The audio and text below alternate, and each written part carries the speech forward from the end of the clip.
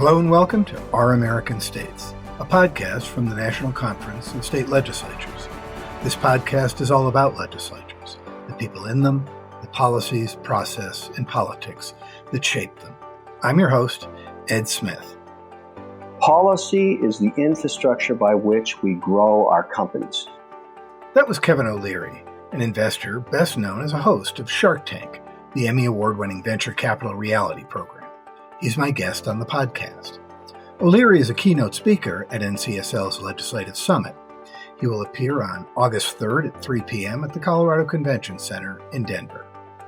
O'Leary explained why he believes sound public policy is the foundation of a dynamic economy, what lawmakers can learn from the entrepreneurs on Shark Tank, and why it's critical to have people who are successful in business get involved in government. Here's our discussion.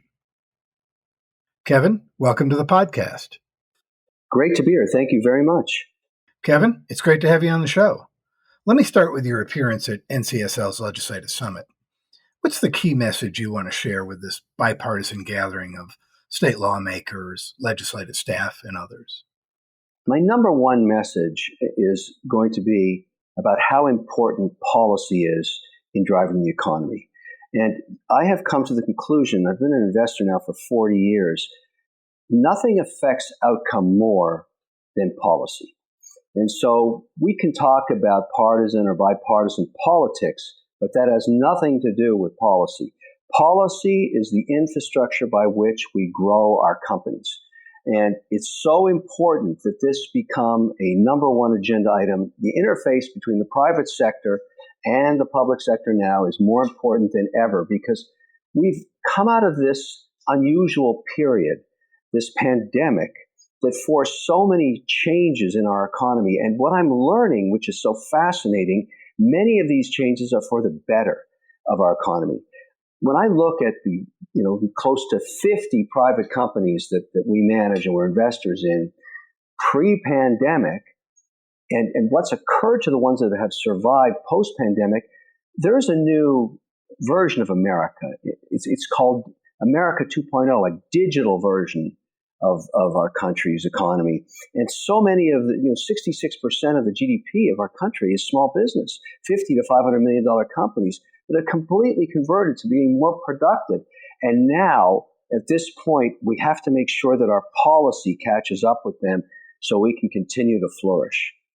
Let me ask you about a notion that has circulated more in the last few years, but has always been kind of a debate, and that is the notion that government would benefit more from business-minded leaders.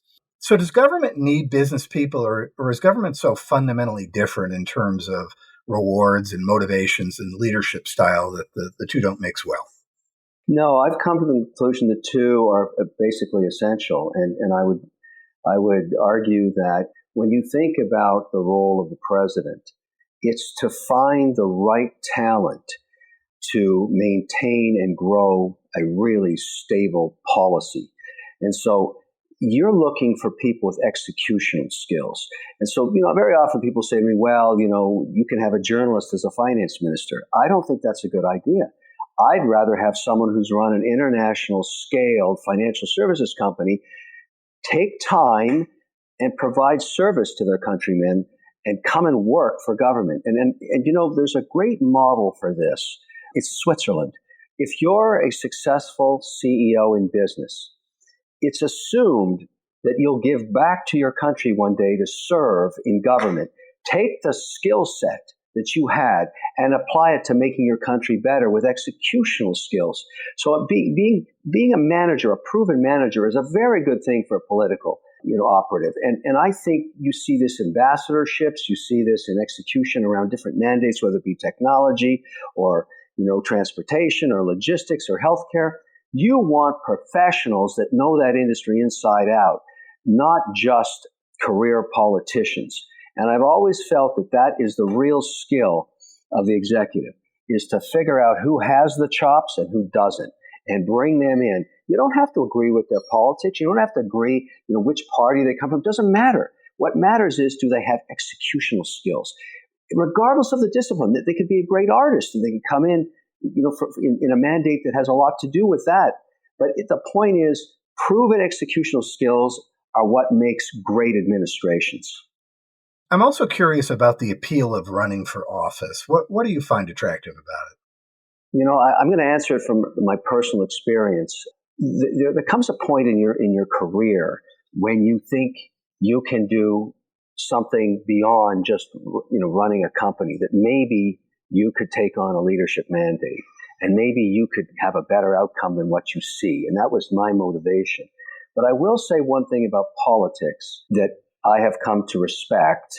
It's the hardest gig in the world. It is the hardest in this sense. I'm fortunate that millions of people know who I am. That helps you in politics. That helps get you on the ballot. That helps you raise money. And I have a massive social media following, and many people like or dislike me based on what they know about me. But in politics, it's a whole new ballgame. 50% of the constituency, the voting constituency, hates you. It's a whole new way of living, and I've experienced it myself, and it was extraordinary. And I have such a deep respect for anybody that runs for leadership in any mandate. I don't care if it's state, I don't care if it's federal, I don't care if it's city. You have to experience that yourself to understand why you should respect that, regardless of the person's wealth or background or where they came from. It's made me completely bipartisan in my respect for the individual politician. Now, I don't agree with many policies that I see, but that's a different thing. I'm talking about the individual that's willing to serve. They'll always have my respect. Let me talk a little bit about your high-profile job on Shark Tank. You think there's things that lawmakers can learn from Shark Tank? Yes. I think Shark Tank, first of all, has become an extraordinary platform. I can assure you that the producers, MGM, Sony, ABC, Disney, we had no idea what was going to happen. And what happened is multiple generations have learned watching Shark Tank about business. And it's made being an entrepreneur popular. And it should be that way, because that is the American dream. That is the essence. But at the same time, it's a cruel master in the sense that not everybody makes it, and that the pursuit of entrepreneurship, which I think has been well documented over the decade plus that Shark Tank's been on, is it's not a destination, it's a journey. It's a hard journey. It's not for everybody. It's very, very difficult. Shark Tank also proves that great ideas are a dime a dozen. Executional skills are really, really hard to find, and you need both to be successful. And so I've certainly learned as an investor. We've had extraordinary successes on Shark Tank, sold some of our companies, even one last week for close to $100 million cash. Base Paws, very successful cat DNA testing. Who would have even thought that would be a huge business? And it is. Plated $340 million to Albertsons. Both of those are my deals. I'm very proud of them. But the point is, we create the American dream on television. We document it, and it's real.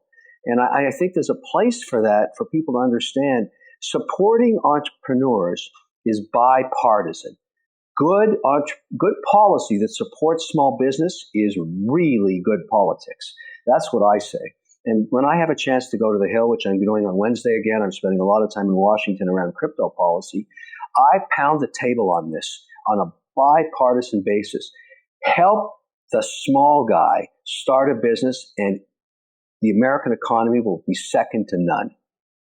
While we're on that topic, I wonder if you have a favorite moment from that show or a favorite entrepreneur who came on that just really stuck with you.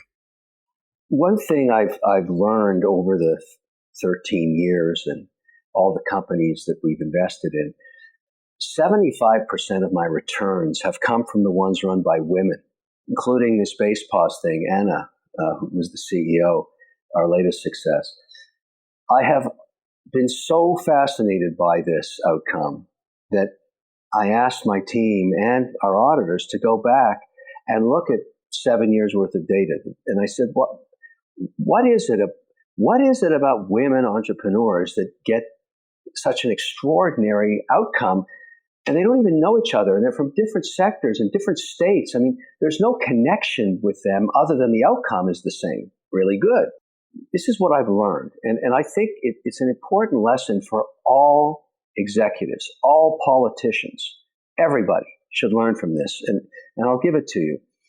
We went back and looked at quarter after quarter In business, you measure every 90-day period. You put out your quarterly results. And the companies run by women hit their targets 95% of the time. But their growth rates in aggregate, they were only targeting 15% annual growth, which is okay, I thought. And then we looked at the companies run by men. They only hit their targets 65% of the time, but their aggregate growth rate annualized out was 30%. And I said when we looked at the data, so what? What does this have to do with anything? I'd rather go with the high growth. They said, no, you don't. Because when you dig under the onion, you start peeling the layers, what you find out is, it's almost like the Tom Brady model. If you were playing on the New England Patriots during the period he was constantly winning, it still is, you didn't want to leave the team. You want to be part of that team. You didn't want to get traded away. You wanted to get the ring every year. The Super Bowl was always on your mind because you thought you could get there. And in business, it's the same. When you constantly hit your targets, you end up with a very sticky culture of team. People work for many reasons, money being one of them, but also being part of a winning culture is a very powerful, sticky factor. So what happens with these women-led companies is they have virtually no turnover. So the man or woman running logistics or compliance or accounting or marketing or sales, whatever it is, they stay. And if the team is cohesive, they return capital a lot faster. And I thought to myself, that means people should be setting goals they can achieve.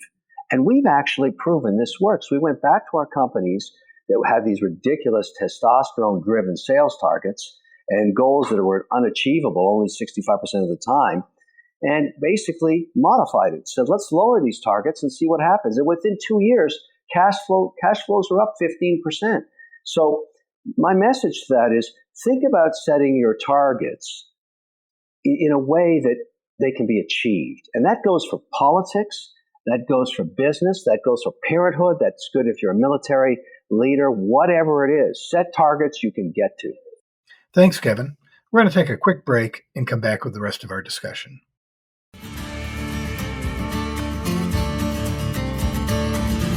You'll find the best sessions on policy and professional development at NCSL's 2022 Legislative Summit, which takes place August 1st through the 3rd in Denver. You won't want to miss sessions on finding and keeping talent in the Great Reshuffle, an outlook of the future of the economy, how to crack a cold case, a hands-on session on law enforcement technology, a look at recent Supreme Court decisions, tools to transform education, ranked choice voting, a crystal ball look into the 2022 elections, the future of 911, data and cannabis policy, and other sessions on redistricting, infrastructure, cryptocurrency, human trafficking, housing, the cost of college, apprenticeships, outdoor recreation, the power grid, and broadband. And there are professional development sessions on building smart teams, lessons from a major league dugout, the power of mentoring, connecting with constituents, body language, telling a great story, and how to say what you need to say. Don't miss out on these and other incredible sessions. Register today at www.ncsl.org/summit. Again, www.ncsl.org/summit. We look forward to seeing you in Denver.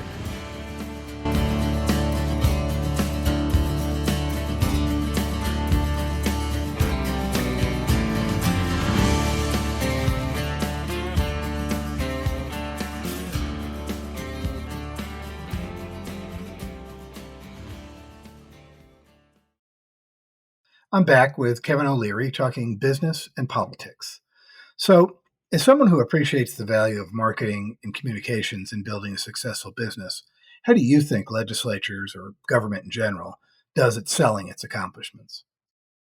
I'm like everybody else looking at how partisan things have become, but I'm also a realist. The challenge we have right now is we're still the envy of the world in terms of the economy. It's still number one on earth. And I have seen lots of agenda items trying to contort the mandate of American business and corporations, the most successful companies on earth, being asked now to provide solutions to all kinds of problems society has, to turn their mandate away from taking care of customers and employees and shareholders and all of a sudden be responsible for everything. Everything that's wrong with America has to be fixed by a corporation. That's not going to work. It never has worked. It won't work now. And my guess is, and my message when I speak is going to be, the way you solve trying to change the destiny of the American economy is with policy. You do that with policy. You ask government to set the rules and let companies perform to the best of their abilities to serve their primary constituents, which are clients or customers, number one, number two, employees, and number three, shareholders. You need all three. You have to take care of all three to be successful. And that's it. That's all they can do. That's all they ever could do. They can't solve societal problems. People are expecting them to do that.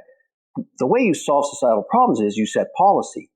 And the way you test the mandate of the policy, it happens at the midterms. It always is this way. It always has been. You don't care who the incumbent is. The midterms are always a vote on the mandate or a proxy to how happy the people are with the policy. And every incumbent knows they're going to lose seats at the midterm. I fear something else is going to happen in this midterm. This is going to be a brutal midterm for the existing incumbent. And I don't want to be political, but I deal with voters every day as customers. I have millions of followers, and I stay out of politics. I do that intentionally. I stick close to policy because that's what matters to me. Let me ask you about negotiation. Of course, a big part of business, big part of legislatures. I wonder what you've learned as a negotiator that legislators could use. My simple lesson over the years, a great negotiation is when both sides leave the table pissed off. When you have to find compromise, you get a deal that sticks and it works. And I've learned that now in all of the situations that I deal with in every day. I leave saying to myself, I left too much on the table. I left too much on the table. And then I wait a year or two and I realize it was the right thing to do. Compromise is the glue of the outcome. Because both sides got something, they want to keep something. And these deals are my most successful now. So I'm far different. I don't need every last dollar anymore. I don't need all the power. I don't need to be number one on the sheet or whatever it is I'm negotiating. I've become way more successful with that mandate. And I'll tell you something else, because you bring up such a great point here. A couple of years ago, one of my female CEOs, the old adage, you want something done, give it to a busy mother. She was brilliant running that. She still is. I'd invest in anything she does. But she said to me once, we were sitting around in Miami having lunch, and out of the blue, she said, Kevin, you talk too much. You should shut up and listen. And I said, why are you saying that? She said, count your minutes that you're talking during the day. You talk 2/3 of the day and you listen 1/3. Reverse the ratio. Shut up and listen. Damn, was she right. My goodness, was she right. And that's what I've done. I don't talk. I listen. And the power you get from the knowledge, listening to the other side in a negotiation, is how you get a good outcome. But most people, and this is almost ego-driven, can't stop talking. And I was one of them. Not anymore. This is the essence of negotiating power, is to shut up and listen. And there's lots of politicians out there that could take this advice to heart. We had an interview with Bertie Ahern a few months ago, talking about the anniversary of the Good Friday Accords. And he said something very similar about walking away from the negotiation where both sides felt they'd won. But of course, that means both sides also gave something up. So I think he was on that same page with you. Well, he's right. He's right. I totally agree with him. I'm in the middle of something you're making me think of this morning. I spent 2 hours on it, and I was telling my team, guys, we've got to give up on some of this stuff. We're going to have to just give up because we're not going to get what we want. And I don't want to fight forever. We got to resolve this stuff. I found that this kind of negotiation is how you stay out of litigation, which is so painful and such a waste of energy. and just so expensive. I mean, there's so many examples of that. And I'm thinking about the litigation that's about to happen on the SEC regarding the issuance of an ETF, a Bitcoin-based ETF. I've never thought suing the regulator is a good idea.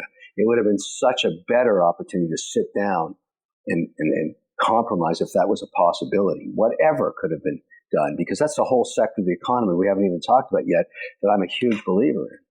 I've heard you discuss crypto on a couple of business shows, so sure, as we wrap up, why don't you share your thoughts?